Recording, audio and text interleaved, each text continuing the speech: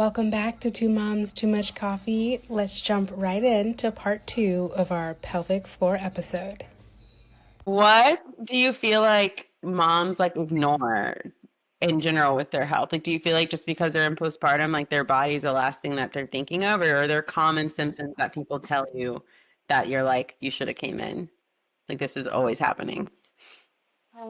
Good question. I would say, are you talking about postpartum or during pregnancy? Postpartum. Well, either one, whichever. Yeah. I'd say with pregnant patients, a lot of times they think, I'm just supposed to be in pain, or this is supposed to be terrible, such and such, I'll just deal with it. You don't necessarily have to. The pain you'll get, the SI joint pain in the back of the hips, the low back pain, the intense pressure in your vaginal region or just in your lower abdominal region, or the pubic symphysis pain you'll have in the front, any of those. Even the neck hump, I don't know if y'all got that. The upper back pain, boobs getting large. A lot of these things, you can help combat that discomfort, and you don't have to live with that. So for any of those people feeling that, go get you CPT. And then also, one of the biggest things I teach pregnant women is how to do a perineal massage. Again, another word I don't know how to say. I'm being checked in there. But that is really nice to do to help prevent tearing, with a vaginal delivery. So I really like to teach people how to do that. So if anything, just go to learn how to do that. Oh, speaking of, I have brought little props for y'all. Good time to segue here. We'll circle back to the postpartum patient. But I got this wand here from Intimate Rose. It's a company that I tend to recommend. Shout out. But basically, you would do a perineal massage with this thing, and I usually will show people in the clinic how to do it. You can do a vaginal massage, or you can do a rectal massage with skin in, because the perineum is that space in between the vaginal canal and the rectum. So right in here. So you could go either way to do the massage. Most people prefer to do this way.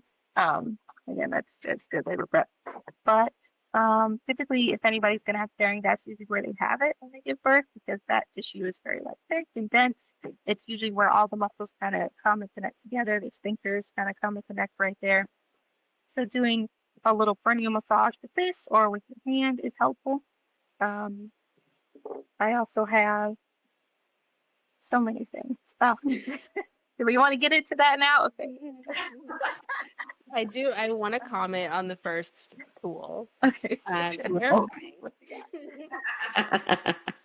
That is terrifying. I'd be like, okay, I'll totally use it. And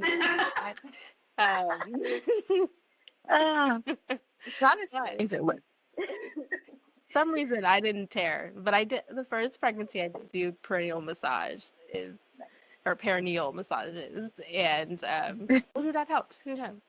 I did it. I tore, but it's okay. A little tear, three stitches, but it's okay. Could have been worse. It could have been a lot worse. So okay. The things that I see, so it probably did help.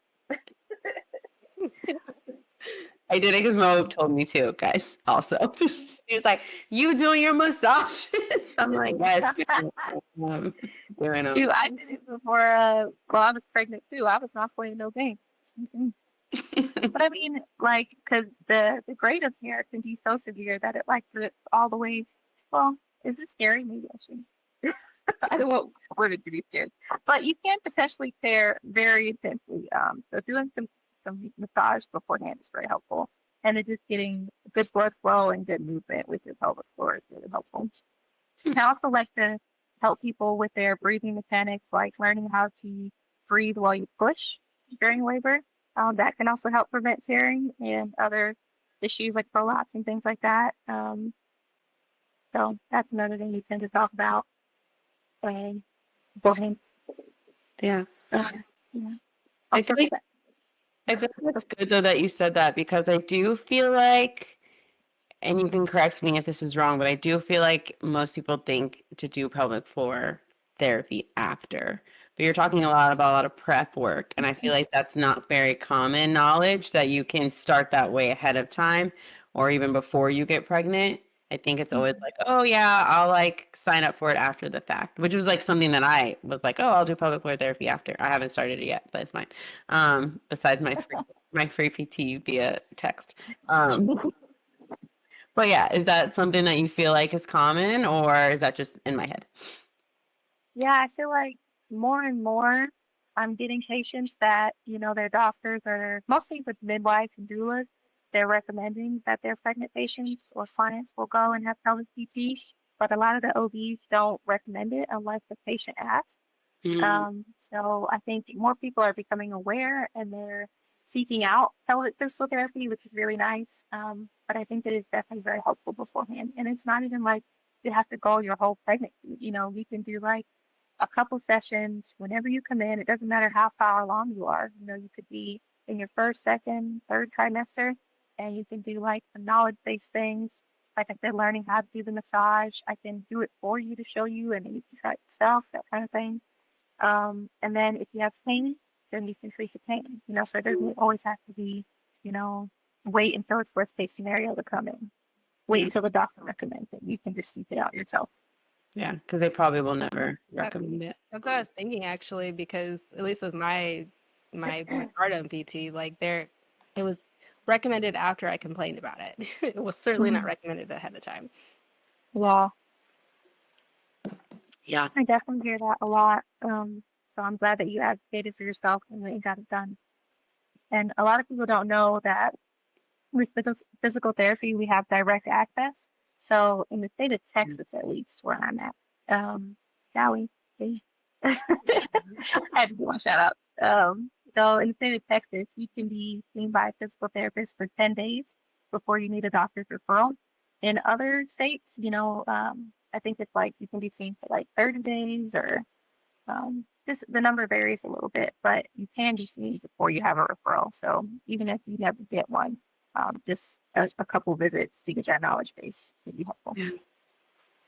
That's actually really good advice. What other advice can you give mamas that are feeling overwhelmed with they're in postpartum? They're obviously really hormonal and emotional and have a lot going on, but then they're just kind of feeling overwhelmed with their body in general. Do you have any advice about that, either from pelvic PT or just as a mom in general? Mm.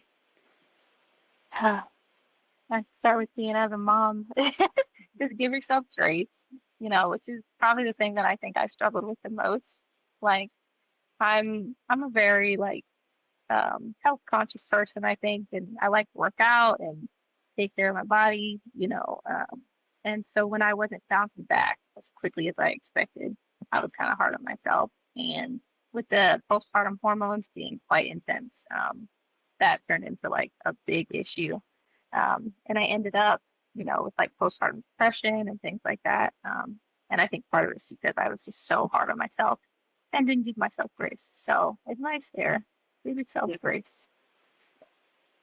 And Yeah, then if you do start to notice, yeah, if you start to notice anything, it's the same symptoms really well with pregnancy. It's like weird pressure in your vaginal region, lower abdomen, pain that's persisting more than like 2 weeks after you give birth, um, then go and get help. Like there are a lot of things that you can do and also prevent worsening. Even if you just want to check and see if you have a prolapse so that you can prevent it from getting to the point where it's like falling out. You can do that. Just come in and check, like that's not even an awkward question. Also knowing that there are no awkward things or no TMI in pelvic PT. So just please talk about it, tell your doctor, like, if sex is painful, tell them, don't be afraid to talk about it. And then ask for PT. beautiful. Thank you. Yeah, thank you. Anything else, Tempest? Not really. I'm gonna follow up with you and let you know when my abs close. I will let you know because I'll be very excited. Yeah, definitely. Uh, And then if you need any other, like, suggestions, maybe if you finish PT and it still had an issue, just let me know, man. well, I actually, We have you. I had originally started before I started PT. I had started doing some diastasis recti workout or whatever breathing things. I don't know what the rehabs. Using the Every Mother app. Do you know that app by chance?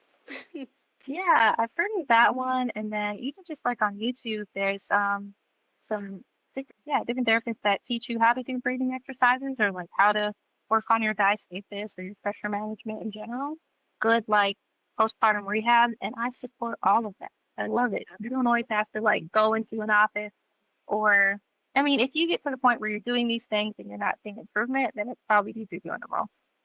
You need a little bit of assistance, which is normal because anytime you have any injury or just like major change, like having a child out of your vagina, it will, affect your proprioception, which is like how your brain and muscle is connected. So even if you just roll your ankle, that proprioception gets altered. So sometimes you need help figuring it back out. So, yeah.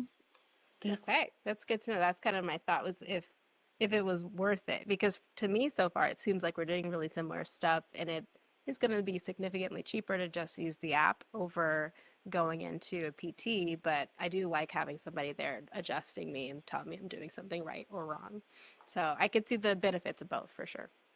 Yeah, I mean, if anything, you could like get started with the pelvic PT, and I know a lot of pelvic PT tend to be like cash based, so they tend to cost a little bit more, and I blame insurance on that. Honestly, insurance is so much to deal with, and they often don't reimburse, and they make you just jump through hoops. Sometimes they'll deny things that should not be denied, even especially when it comes to women's health stuff, pelvic floor stuff, which is ridiculous. So that's why a lot of pelvic PTs tend to be cash based. Um, so yeah, if anything, get started with the pelvic PT and then you can follow up with apps and things like that. And most PTs, I think, are supportive of that as well. We just, we can relate so much and we just want women to feel better. So Yeah. Yay. I love this episode. I mean, obviously science for me, but besides that, it's just good to have, like, obviously you're a mom, you had a C-section, you kind of had to go through your own experience, and then you're a pelvic floor therapist. So it's just kind of like all in one to kind of get your insight on everything versus us just like Googling it and trying to come up with our own stuff. I got you. I got you. No, I'm glad that you guys had me do this because it's something I'm like super passionate about. I'm like, I brought all these little things. You can't see my desk, but I brought all these things to show you, like, if anything, I want like your viewers to know, like, there's so many different tools and things. And, you know, like I said, I just love this because I want to help people get better and learn how to help themselves. The thing is, you learn how to, fix your body or like improve your body, improve the quality of life. And that's a beautiful thing. So if you Yeah. want, I can show you all my little tools and things now. Yeah, sure. Yeah. Yeah. So we'll start with the vaginal dilators. I was not ready for that. Hello.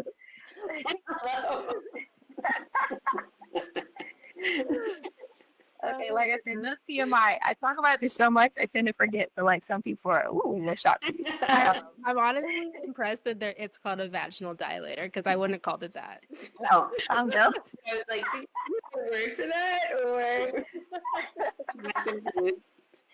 Yeah, I remember when I got these in the mail, my husband, he was like, your dildos came in the mail. They're not. But, so this we use for patients who have a condition called vaginismus.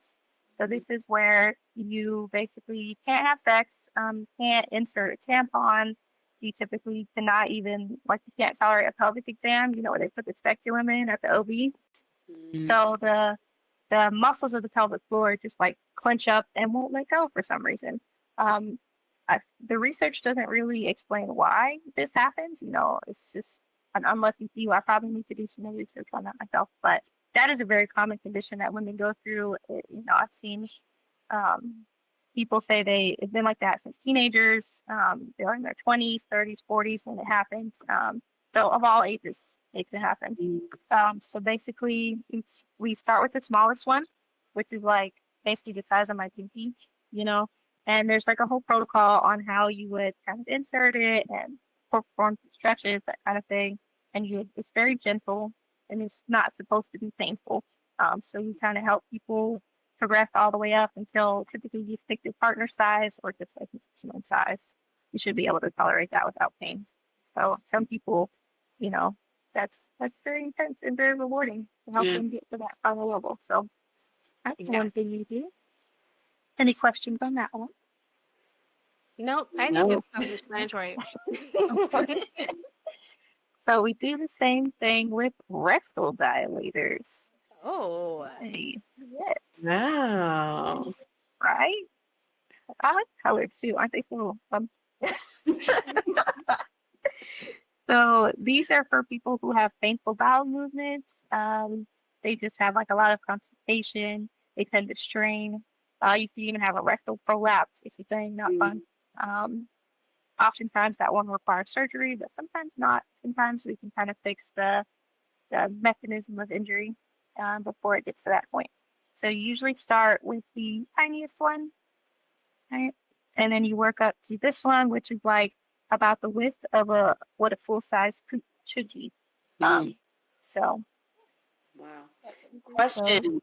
This might be also me being dumb, but like hemorrhoid common in pregnancy versus prolapse. Like, explain. yeah, so that's it's pretty different. Okay, yeah. Yeah, that's kind of similar to what I was saying earlier, where the bladder is kind of pushing on the vaginal canal. So with the rectum, there's two different things. There's a rectal seal and then there's a rectal prolapse. So the rectal seal is basically where the rectum is kind of starting to push on the wall of the vaginal canal and come forward that way. Versus the rectal prolapse, where the rectal canal is kind of starting to come out of the actual anus. So that one is definitely more different than hemorrhoids. Hemorrhoids is kind of like where you have chronic straining or something like that, or you had a baby, and the veins will get swollen and they'll kind of stretch the tissues there, the skin and everything, versus a rectal prolapse into the actual pelvic organ coming out. Okay. Yeah, so you typically can't have a bowel movement.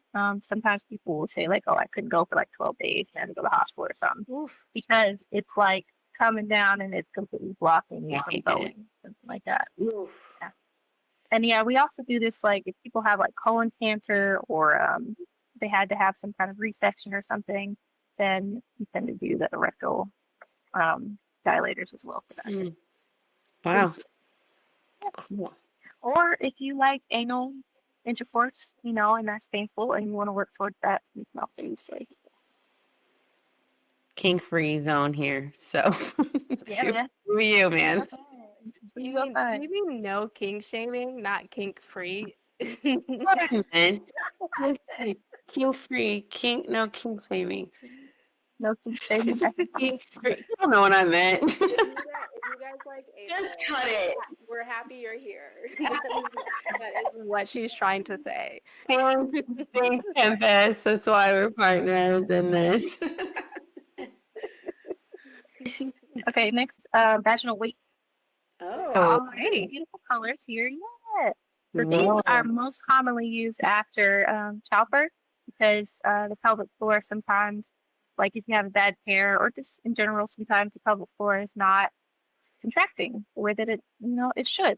So we use these. We start with like a really light weight, looks like this, and you would insert it. And there's a couple different ways you can use it. So you can do it like where you put it in and you try to hold it for like 15 minutes while you do dishes or take a shower or something. Or you can lay down and do like some resistance exercises where you're like trying to hold it in there and then you can try to pull it out. And then the first one is only like, I don't know, like an ounce or something. And then it goes all the way up to this dark purple one that's like pretty heavy. And I think that's maybe like 5 to 8 ounces.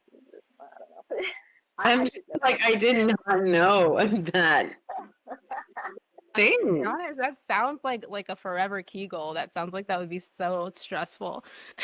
So you're like holding it in while I'm doing the dishes. But typically that's for like people who like to have leakage, and it tends to always be at the same time. Like I'm doing dishes and I have to pee and I can't hold it, so I need to train that. So that's why I would do that, but not necessarily all the time. because you can overwork your pelvic floor muscles if you just like walk around with these in all the time. So these are not indicated for everyone. Okay? Gotcha. That's the same thing with like, you know how OBs will say, oh, just do Kegels and you know that'll fix everything. Kegels do not fix everything. There's also reverse Kegels and the breathing. You know, that's a whole other thing I could get into. But this is for people with pelvic floor weakness versus the other stuff is more pelvic floor tightness. Okay. Does anyone else, like when you hear the word Kegel, you Kegel? Yes, I was like Googling this whole time, doing my breathing the whole time we're talking. Good, and that's how it should be. You should be able to contract your pelvic floor while you talk. So that's very promising. A lot of people cannot do that. We're on the right track, Tim. Yes, we're doing it. Doing great, guys. All right. So the other things I've got are like I brought this little thing here. So again, on the theme of like pelvic floor weakness, you can buy this little device to help you activate your pelvic floor. I don't have the pelvic floor one. I think I have like the most basic one because we also use this for ortho, and it's like a TENS unit.